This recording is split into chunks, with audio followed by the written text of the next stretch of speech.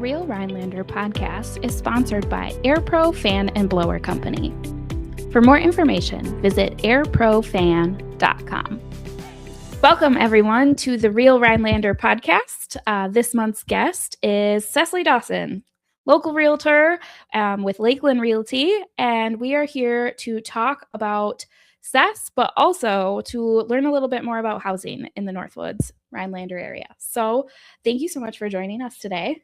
I'm super excited. Thank you for having me. Yeah. There's nothing I like more than to, you and I are both really passionate about Rhinelander and the Rhinelander area. So I think it's going to be a really fun conversation. Yes. Great way to start the day. Yes, I totally agree.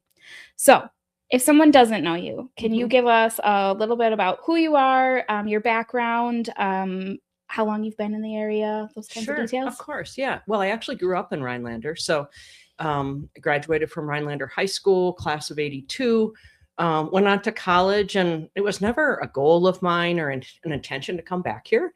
But went off and did my career in other places. And in 2013, I just had this, I don't know, like a calling. My parents were getting older, and I just felt very strongly that I needed to come back home and support them as they got older. And like, that was really the rain thing. It wasn't because the Northwoods are awesome. I was just like, I need to go home. My parents need me. So I came back. I was working in another field at that time. And I'd always thought it would be really fun to be a real estate agent. And I joked with that with people, that was my retirement gig. But anyway, one thing led to the other. And in 2016, 3 years later, I became a licensed real estate agent.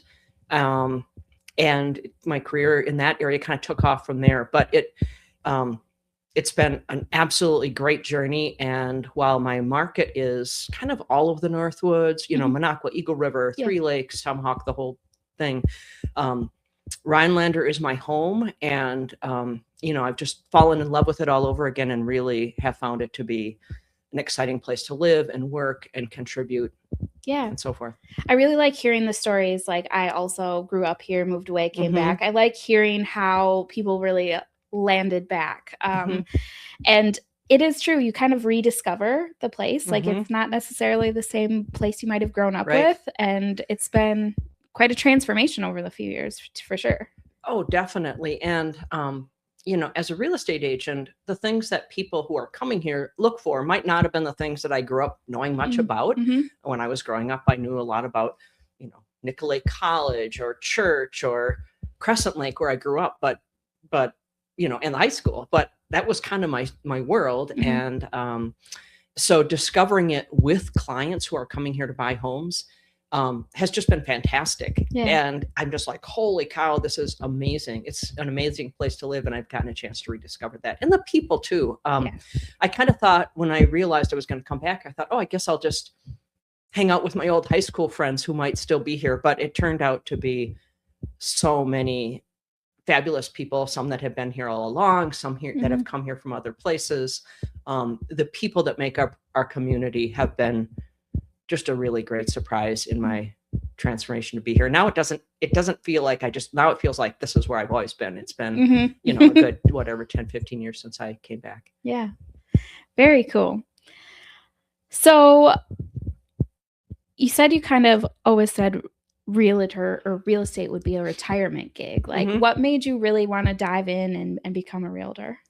Well, when I'd always been interested in housing and things like that, if anybody's done any like life coaching and they say, well, what did you do as a child? That can indicate what things you'll want to do when you're an adult. And when I would do those things, long before I really decided I'd be a realtor, I thought about, I would build forts, I would build tree houses, I would play in the sandbox and make little cities. So there was some part of me that was always kind of wired for this type of work. Anyway, I think that's kind of a fun thing. But I bought my first house, I believe I was 23 years old, in the Green Bay area. And I thought my realtor was just the bomb. She was professional and direct and warm and very much looking out for my best interest. She was amazing. And we looked at a lot of places and I'd be like, I love this, Nancy. And she's like, you're not going to buy this. You need something in a better neighborhood. She taught me all about the things. And And with that experience with my first real estate agent, I thought, oh, I want to do that. But I come from a family, my family, my people are not business people. My people, I had just gotten a master's degree in something completely unrelated, more social services and other types of things. So anyway, it was just kind of like a fun idea. But along the way, in my career in Green Bay, doing something entirely different, when my friends would buy a house, I'd be like, let me help you. And I would do the research. And back then research was, reaching out to agents, and they'd fax you these sheets, and they'd be like, here's what's for sale in Green Bay today. Or you'd go in the newspaper or drive around or visit open houses. I mean, the industry always captivated me, much like it captivates people now. I mean, you look at places like Zillow and realtor.com, people just consume so much time on those, even if they have absolutely no interest in ever buying a home or selling a home. Guilty. Real estate is just so darn interesting. And so there was always a part of me that loved it. And the first home I ever bought was a duplex. So I learned very early on the idea of providing housing for somebody else, but also allowing that person to help me pay for the house and build equity for myself. Anyway, so that was kind of the inklings of how I got started in this field. Along the way, I just, I'd pay attention to the market and learn about it. But I think what really jettisoned me into the field was when I moved back up here. And I had a house for sale in Green Bay. It took a while to sell. It was like kind of just after the housing crash, and I'd remodeled it not knowing I was going to sell it. So it was priced pretty high for the market. I ended up losing, I had to take money to closing, which nobody ever would like to do. But anyway, it sat for a while. And I had a wonderful real estate agent here in Rhinelander, Candy Krause from Key Insight.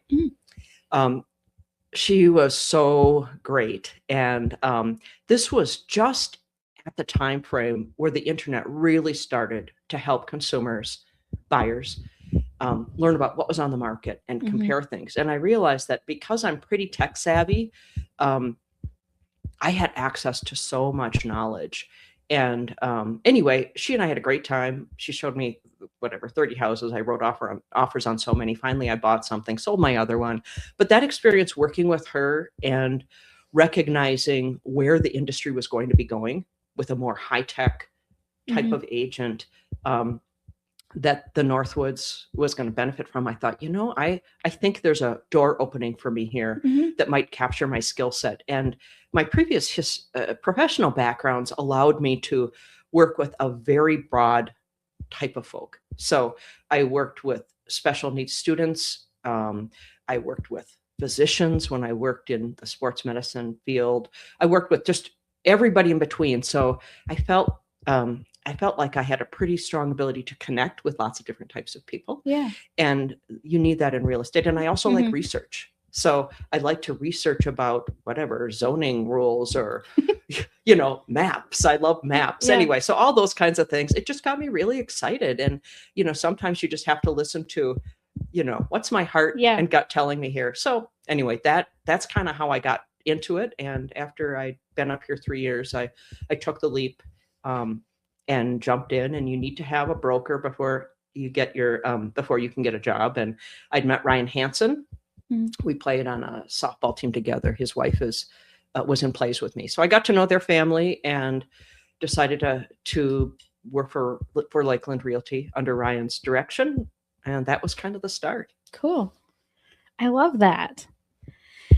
So aside from your job as a realtor, you are also involved in other things throughout the community. I know you sit on the Oneida County Economic Development Board. Do you want to just share a few other things that you have been involved so in the community, there's so much that appeals to me in ways that I would like to be involved or that I'm interested in or I would like to help.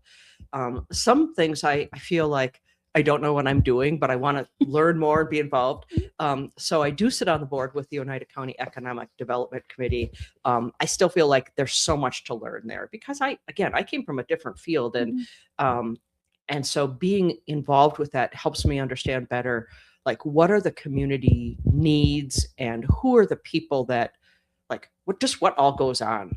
A lot of times I'm just sitting there with eyes wide open, trying to take it all in and wonder, exactly how I can contribute.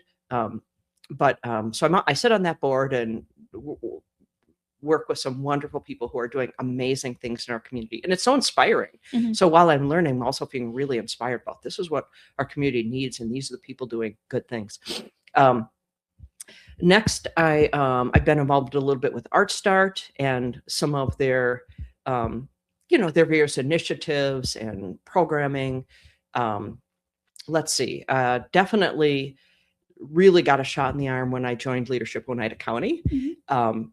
And it was Amy Vanny from Nicolay Bank said, I think you should participate this. And I'm always kind of reluctant to take something like a class or group thing. I'm like, oh, I don't know if that's for me. And I signed up. And as you know, we had a great class. I learned mind-blowing amounts of information from that experience. And I think that really probably that was like a leveling up for me. So instead of just like when I started as a real estate agent, I was like, oh, I want to help you find your house or I want to help you sell your house. But then suddenly it became like this whole big community. This is how all of this, the community fits together. Yeah. And in my other places of where I've resided before, that hasn't really been a thing. Mm-hmm. I've worked a lot and not necessarily felt like I was a part of the community. And that helped me realize all of the pieces and parts that go into a community, all the people and all the things they're doing behind the scenes. That got me very excited to get more involved. So other things I'm involved with, I don't know, things here and there. I try to use Lakeland Realty as a springboard to help sponsor various things, partly for us to be visible, but partly because we can help, keep other things going. Yeah. So I'm involved in my church as well. So that's a snapshot of some of the things. Yeah. Did I forget anything that you can think of? I think that it kind of covers it. You said you've done some plays and stuff too through Nicolay. Yes. So one of the things, I've really had like a great time coming back to Rhinelander. When I was in high school, I thought it would be really fun to be in plays because I'm very much of a ham anyway, as anyone in my family will tell you and have been since, playpen days. But anyway, I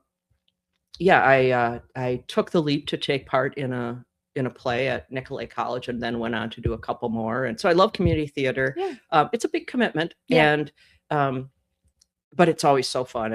And the people that I've gotten to know through those experiences, my theater friends are among my closest friends. And that reminds me, I'm also a singer. So that's another thing I did not do till I came back home was have the confidence to sing a little bit. So I'm in 2 different choirs. I'm not a great singer. I'm a role player. I'm like a come off the bench kind of a player when it comes to choir, but it's a great way to relax and brings joy. And again, another way to connect with people. Yeah. I think it's interesting. At kind of at the base of some of our conversation has been like connection is important to a community and to an individual. And I always like to, I don't know, kind of see those themes that come out. It's interesting. I think it is. And for me, it's been a bit of a discovery because it's not something you can always really orchestrate. You just have to be open to it and find these nice surprises along the way of, who you're going to connect with and how that's all going to unfold. It's been really fun. And as a real estate professional, it's been invaluable to my work, telling people who are coming to our community what they can expect, or even having a little bit better sense of people who they say, I want a place in the Northwoods.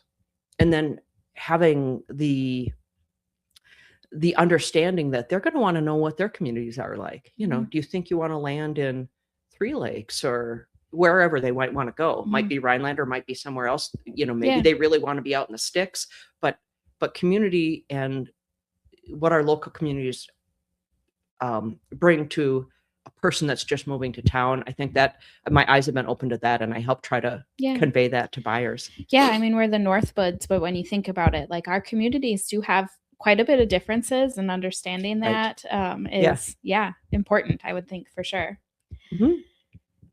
So some of the things that I'd like to talk about a little bit are, obviously housing. We've heard it's a hot topic, obviously, and not just in the Northwoods. It's everywhere. Right. So don't think it's just a Northwoods problem.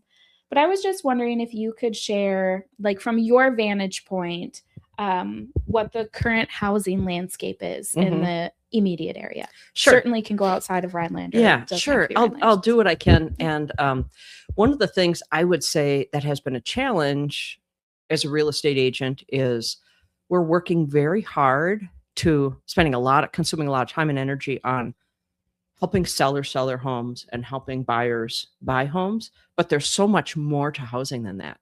There's the whole rental market. There's the people who are never quite ready to buy or sell because they're looking and they can't find the thing, or they're selling, but they don't know where they're going to go. So I always feel like I see just this little snippet in my personal life and professional world of actually what's going on. So I rely on others to help inform me a little bit more about the bigger landscape.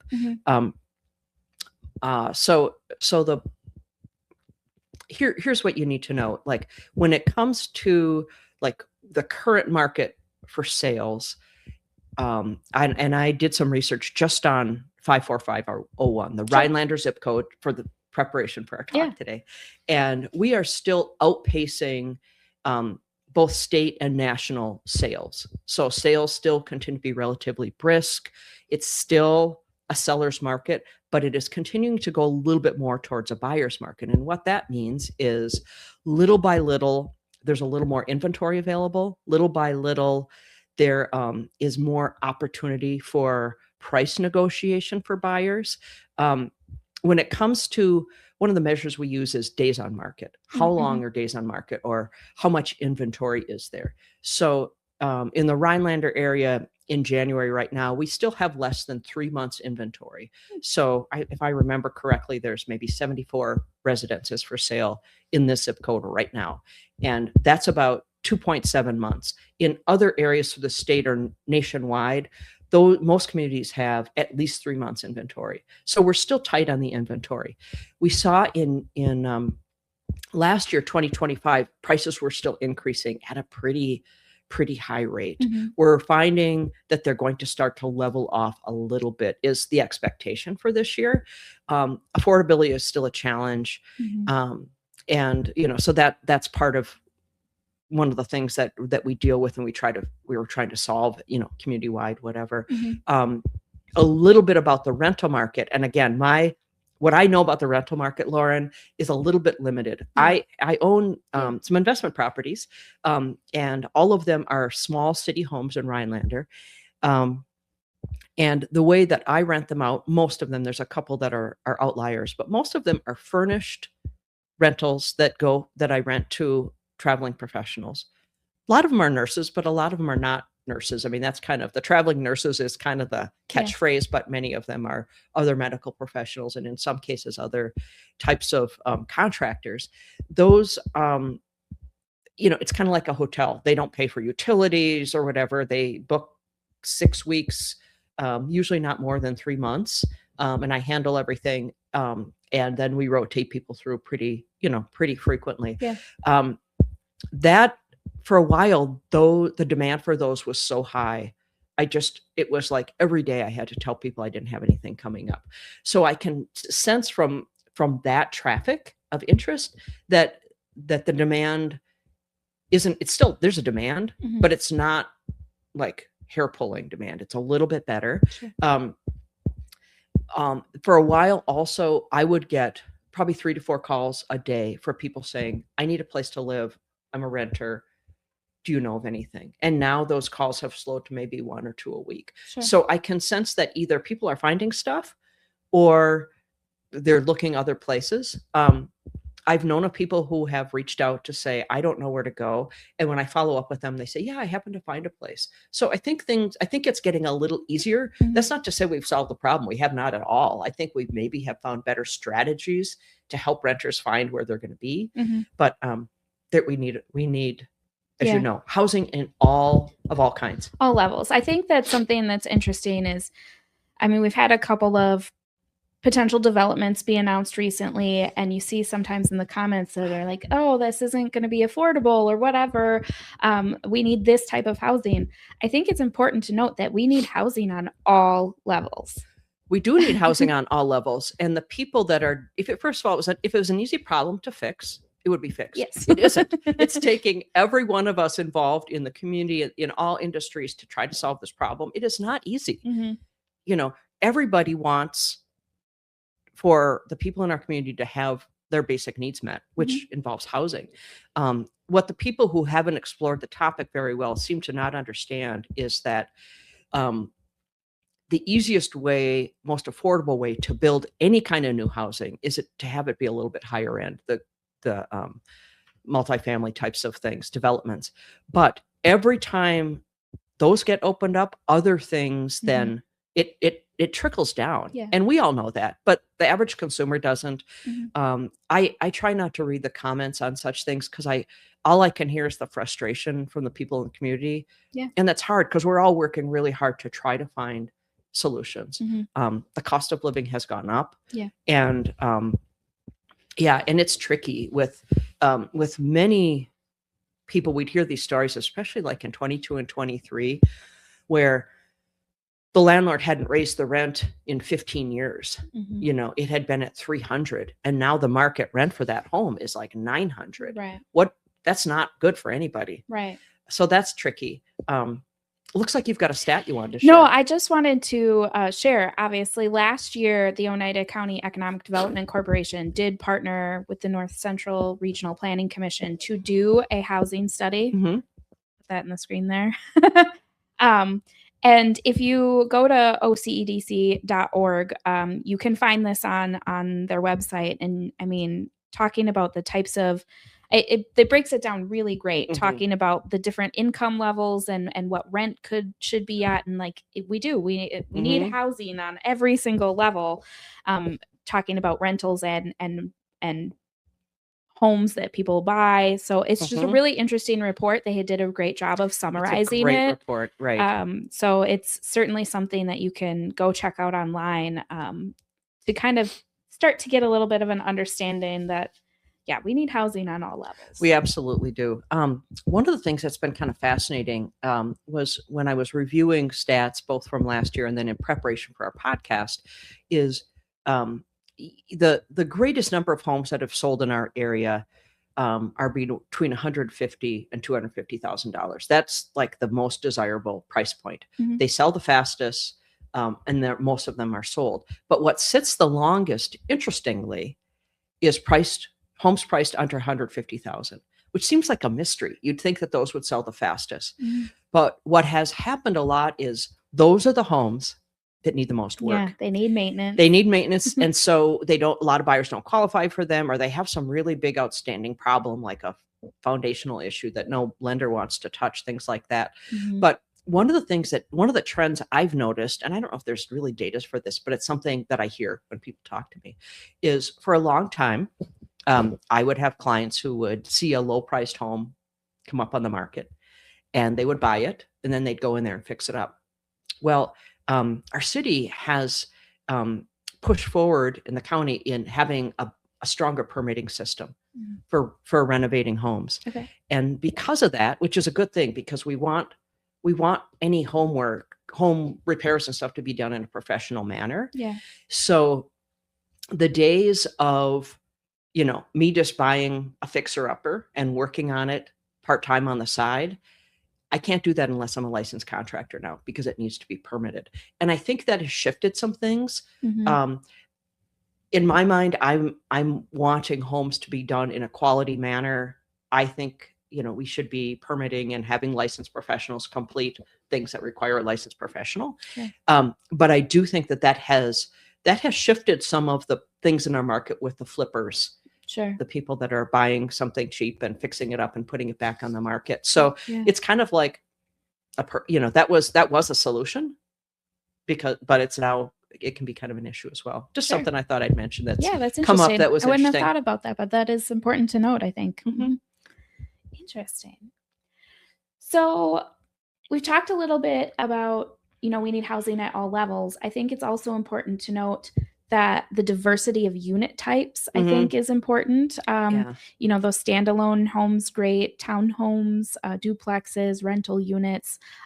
We do hear a lot too, senior housing. Like, we do need that as well. We do. So I just wanted to note that, you know, as we discuss things. One of the things that I would mention is other things that are desirable are homes with not just a duplex, but a home that has what we used to call a mother-in-law suite. Secondary living are more and more common, especially with housing costs, because with the affordability issue, a lot of times now families, 2 generations might buy a home together. I was gonna say that multi-generational unit is a lot more common now. Right. So it really benefits a homeowner if you know you're going to be selling, you know, to find out what do you want to do to make your home more marketable. I think for a while, people just heard, well, you know, there's a lot of buyers out there. I'm just going to sell my home as is. But if you have the opportunity while you're a homeowner to make upgrades, to keep the roof in shape, you know, to do the kinds of things that buyers will look forward to, that's really important. And sometimes having more than one living space is important too. Our Rhinelander specifically has very few. We don't have very many duplexes. They don't come up for sale very often. We don't have very many multifamilies. It'd be fantastic if we could get more and more of those in place. People would absolutely gobble them up. Yeah. I wanted to kind of shift just a little, but kind of still playing off of that. Are you seeing shifts in what like buyers are looking for? Maybe different than 10 years ago, or you know, obviously we talked about that secondary potential living space, but are there other shifts that you're kind of seeing?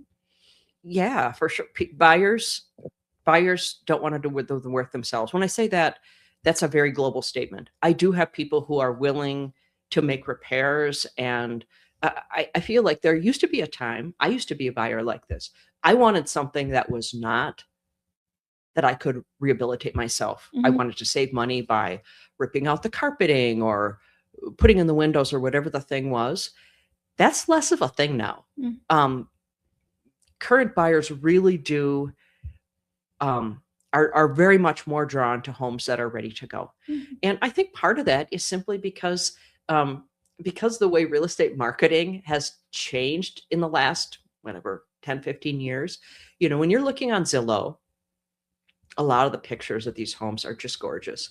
So you start to get in this idea in your head, this is what I want my home to look like. And so you have these beautiful images and visions. And then, you know, and you walk into a house and it's still all 1975. You know, the bones might be great. It might be a great price, but it's a lot harder to get buyers to jump on board with those. And especially with a bit of a labor shortage in the Northwoods, you know, it's tricky to, you know, find the person that's going to do that work for you. So yes, what people are looking for now is they want it to look nice and be ready to go. And they're willing generally to pay more for that. They're willing to pay for that. But that is absolutely a trend that surprises me. Sure. Would you say that there might be different challenges that home buyers would face here in the Northwoods than they would in a larger city at all? Like, fairly the same? I mean, well, it's just a different, it's a different thing. So in the Northwoods, we don't have a lot of open houses. There's a reason for that. And, you know, if we thought as a realtor, if I thought an open house would sell your house, I would be having them, but they really don't. There's not enough of them. They're spread really far apart. So the reason that is a thing in urban areas is that a buyer can go look at a lot of houses without a real estate agent, without any kind of commitment. They can explore houses for years before they decide to hire an agent to help them buy something. I think that type of groundwork really helps a buyer have realistic expectations. They're going to learn more about neighborhoods. They're going to learn more about construction, all the things. They're going to learn what to look for. That piece is missing up here because of just, you know, the geographical. I was gonna say the thing. landscape. The landscape, and if our market had 400 homes for sale, we could have open houses because there would be enough to look at. But right now, there might only be one house for sale in your price range, and you're just going to call me and I'm going to go show it to you. So it's different. So that's one thing that's a little bit different. The housing stock up here is older. And, I have buyers calling that are like, yeah, I'd like something that was built, probably no older than 2022 and whatever. And it's going to have all those updates that homes like that would have. Well, I don't have like one thing. It's going to have that. So it's a different type of home. And so agents up here like myself understand what is available and what to expect. And we try to convey that to buyers who are shopping here. So I think it's just different. And it really requires buyers to have a pretty good agent, because every area is a little bit different. You're not going to go look at 6 homes in the courthouse district and they're kind of all going to be comparable. They're all over the place, and we need to know, what are the neighborhoods, what's it about here? What are the amenities and so forth? That makes sense. I had a question and I lost it. Okay. I'm going to ask you a question. Okay. So, you guys get lots of calls and emails on a weekly basis. How many of those, or tell me about what you're getting from people looking for housing or questions about housing or moving to the area and related to the real estate housing search? We do get calls, on a very often basis. I would say, mimicking what you said, I think that people looking for rentals has decreased a little bit compared to maybe 3-4 years ago. It felt like it was constant. But we do get a lot of calls. I think we tend to work with professionals trying to move into the area that are looking for homes to be able to take that job that they're getting. And so we've done a few of those recently, where we're connecting them with resources and people that might be able to help them on their housing journey. One of the things that we provide here at our office, which does get a lot of use, are relocation packets. And so people can call and request them, and there's a ton of information in there about the community, more so to show them the community, like how they can get engaged and things like that. There are some obviously housing resources in there. All of our member realtors are listed in our area guide, everything like that. And we have kind of been on trend to do about 100 of those a year. Great. Which is really great. And we also share them with our HR. The larger employers have an HR department, and as they're hiring, they might want to be able to give that resource to them. We are also working on launching a website that can help serve as a good resource for, again, those professionals looking to move into the community. All of those stats of, well, tell me about the school district, tell me about the crime, all those kinds of things that we're going to have all on this website. That'll be a resource for anybody that's interested. But it's a common question that we get, is people looking for housing. And I do think that the rentals have tailored off just a little. It seems like it. Yeah. So I've got my own ideas, but I'll ask you first. When you hear about some of the things that drew people to Rhinelander, besides like, oh, I got a job here, are there certain elements of our community or certain things, businesses that people are like, oh, I love that, and that made me want to live here? The highest thing that I think we hear is that people have come up here and they just fall in love with the recreation and the nature. Like, you're in a city, but you are not. And the lakes and the rivers and the woods has been like so high on people's list, which I'm sure is similar to people trying to buy. Yeah, for sure. And I think that's like, people start with that. But I can tell you that when I show a bunch of homes and people might be looking in all these different other Northwoods communities, there's a few things that when I tell them, go check this out, they're like, oh my gosh, I want to live in that town. Yeah. And they are the Hodag Dome, Nicolay College, and Golden Harvest. And because I think people forget that in the Northwoods, we might have, a grocery store in that way. But those are part of the things I send people to check out, and it blows their mind, because there's so many other things, but those are the ones that people tell me They text me back and say, thank you so much for telling us about the Hodag Dome. It's so Janet cool. and I had a great conversation a few episodes ago about the dome and how it drives that sense of community again. Yes. Those people that are there and they go walk every day or whatever it might be. And I mean, to the investment that the school district has made in their facilities and their programs, I think has been something that's been highly talked about as well. Oh, for sure. Yeah. I did remember my question from before. Okay, good. A few years ago, we were hearing a lot, about housing and people buying homes on lakes and then turning around and using them as VRBO Airbnbs.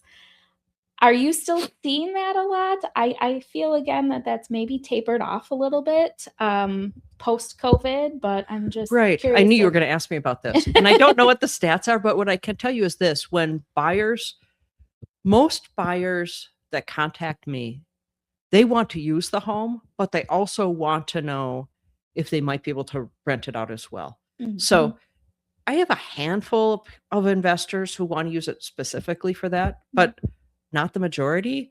Yeah, I mean, for a while that was a pretty intense conversation. It felt like we were hearing it a lot. It really did, and maybe that's just because, I don't know, but I haven't. It doesn't seem to be as strong as it was. Mm-hmm. But to be honest with you, I don't know statistically what it is. People ask me about it sometimes, and I explain to them what the various county rules and regulations are regarding it. I try to vet them a little bit so they understand what they need to do to make that happen, but also the impact on the community and the neighborhoods and so forth. But it's interesting, if you are wanting to know if there's VRBOs in your neighborhood, just go on the websites, VRBO or Airbnb, and you can see a mapping thing like, oh, what's available? And that helps you understand a little bit more. In many cases, those properties really showcase the Northwoods so beautifully. They have beautifully, curated photographs. When I show those homes that are for sale sometimes, they have these binders that tell all about the cool things to do around here. And sometimes it gives me ideas myself, like, oh, I hadn't thought of it that way. That's a really neat thing. They have great restaurant recommendations nearby. And cool. I mean, they're promoting our area in a really positive way. As long as the tenants are well behaved, then that's a win. Yeah. Yeah. So as you said, like certainly if that's of interest, there are county ordinances regarding operating an Airbnb and VRBO. There have been a few changes very recently about the number or the days. It used to be that you had to have a week-long stay, and that is something that is being amended. Yep. But there are regulations, as there should be, health department type things that you need to make sure you keep up on. So right, and I think it's like anything else. There's a learning curve, a little bit of trial and error about, okay, let's try this out, and if it doesn't work, we're going to tweak things. And I think the systems for that are getting better for sure. Definitely. So I thought it might be kind of cool to ask you if there was like a housing story or a buyer-seller story that was just really sticks out in your mind as like I'm so glad I was a part of this journey. Putting you on the spot. Sure. I have so many of them, but sometimes the ones I remember are kind of scandalous, and I can't tell you. I'm going to talk a little bit. And while I'm talking, I'm hoping that I'm going to come up with one that I can specifically tell you about. That's really cool. Or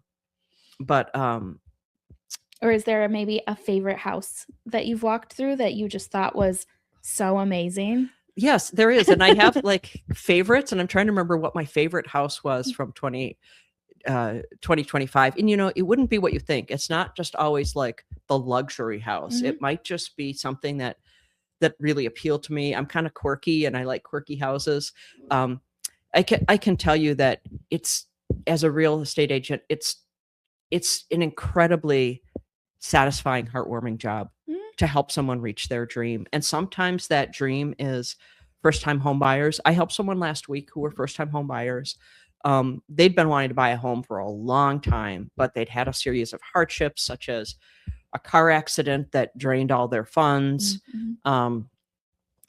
just some bad luck things. And in their story, they just had so much grit and they got turned down by one lender. And I'm like, okay, well, sorry. And they're like, we want to try with somebody else. And we tried 3 different lenders, and they found one that I had strong reservations about. And that company did an amazing job. And they got these people into this house. And it was fantastic for them, but it was equally fantastic for the seller, who had some struggles of their own, and they were going to buy something different.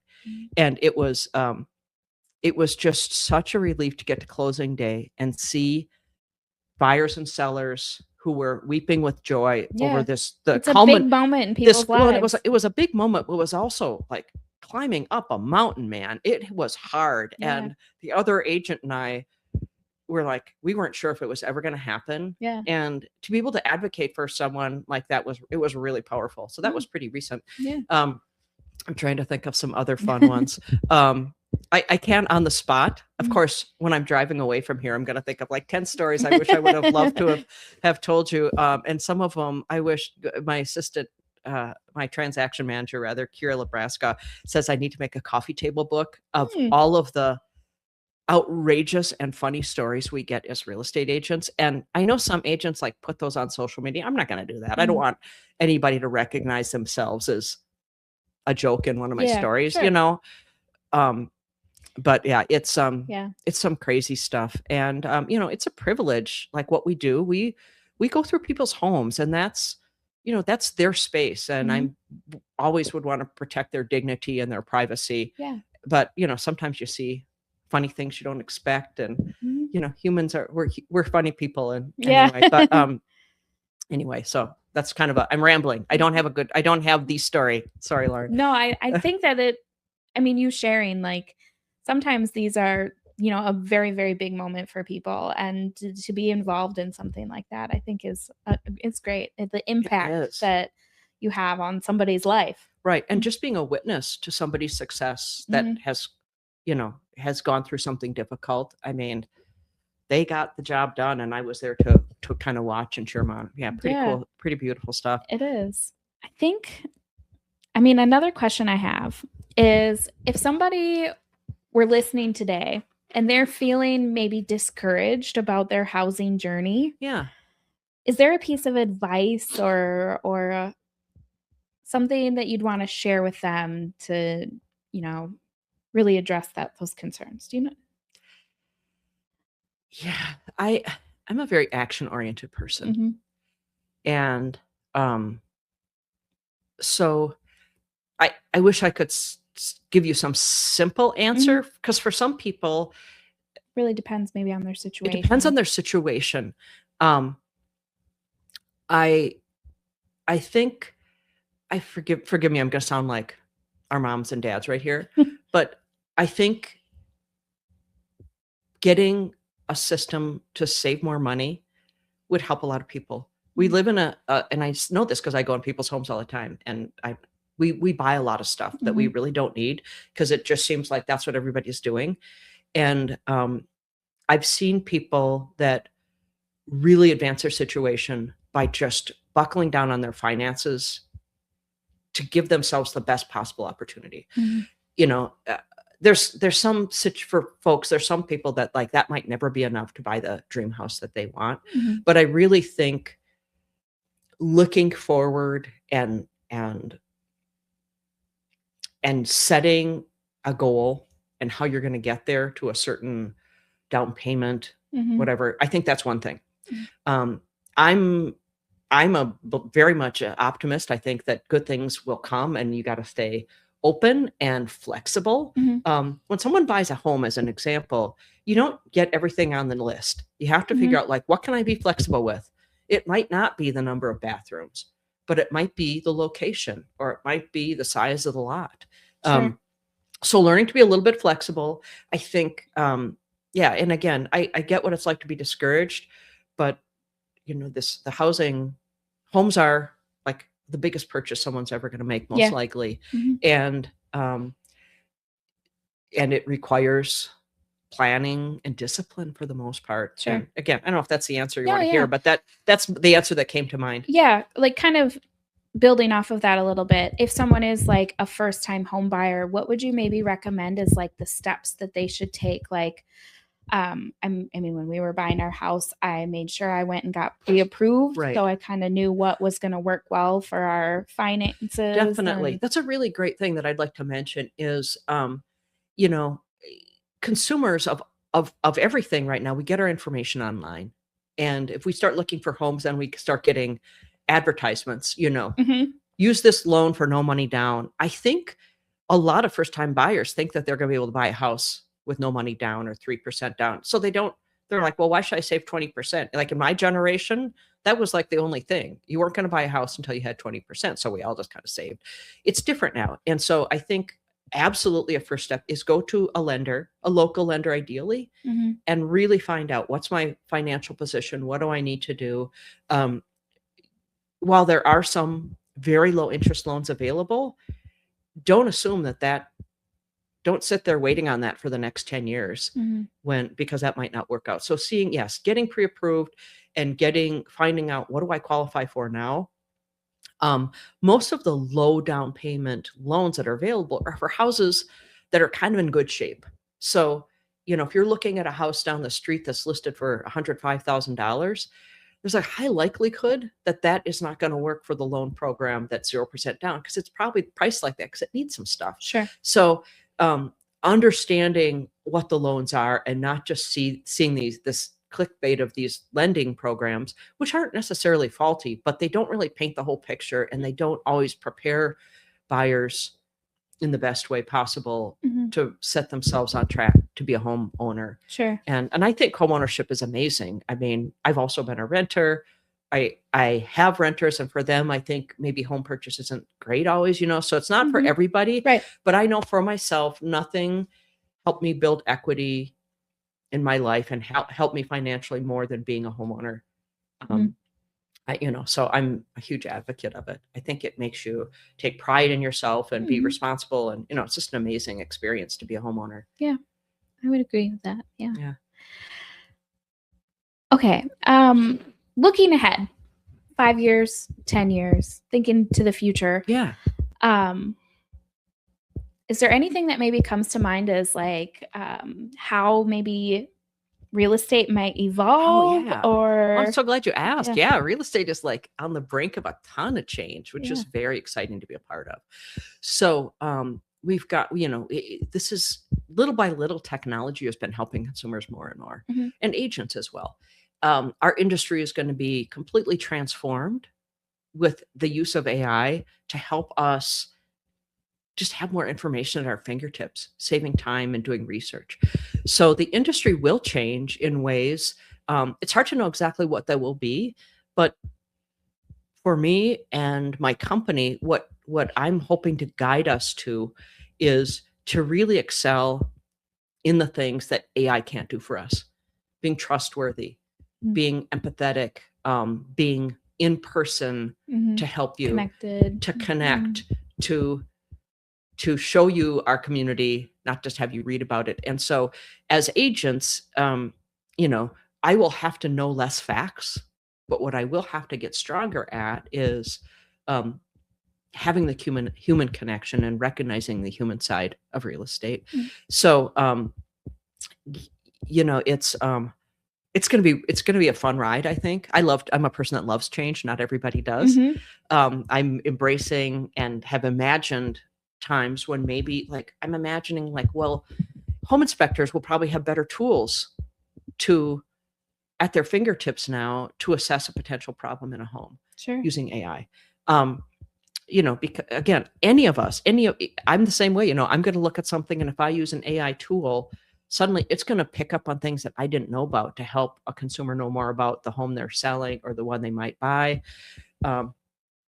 Comparing, pricing, the whole gamut. It's really going to go in a different direction. So, we're all going to navigate that together. Real estate agents and our customers and clients are going to navigate what that's going to look like. I don't know. I think it's exciting. Yeah. I too am one that you got to embrace the change, and I like that. So I think my last question would be, if there was like a bucket list, like if I could do one thing in housing or solve one thing, like what should the community maybe like try to tackle first? Does that make sense? Like, it does. Like what, maybe a better way to say it is like, what should be like a great first step to try to help us tackle a housing issue? Well, first of all, I think we've already taken the first steps. Sure. I mean, there's people very invested who know all sectors of the community that are working on this avidly. So my opinion on this is just one.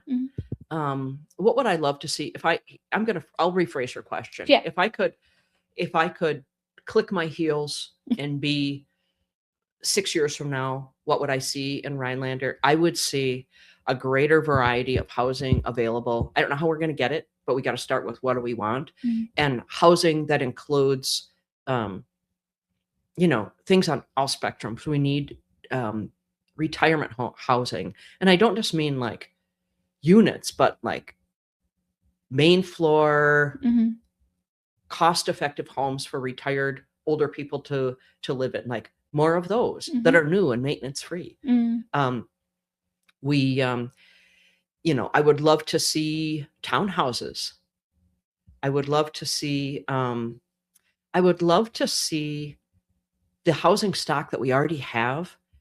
I wish we could click our fingers and have grants to help homeowners get these homes updated. Yeah, I don't know very much about that. I think in the past there was some of that available, because sometimes I show homes and they're like, yeah, in whatever 1980 we add a second story to this home. Like, I wish there were things to help the people that own these old homes update them so they're more appropriate for today's people.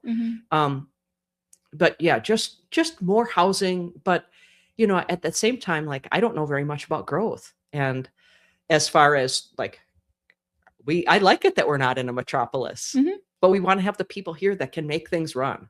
So I don't know if that's a really good answer, but I mean, I'm envisioning progress, and I'm envisioning creative solutions as well, that allow for more housing, but also keep our community happy with what's already here, what it's like, and that balance. That balance. And thankfully, this is something that all of us have to solve together. Yes, it is. And we're all a community-wide issue. It's a community-wide thing, and it's great that some of us have different opinions and we're listening to each other.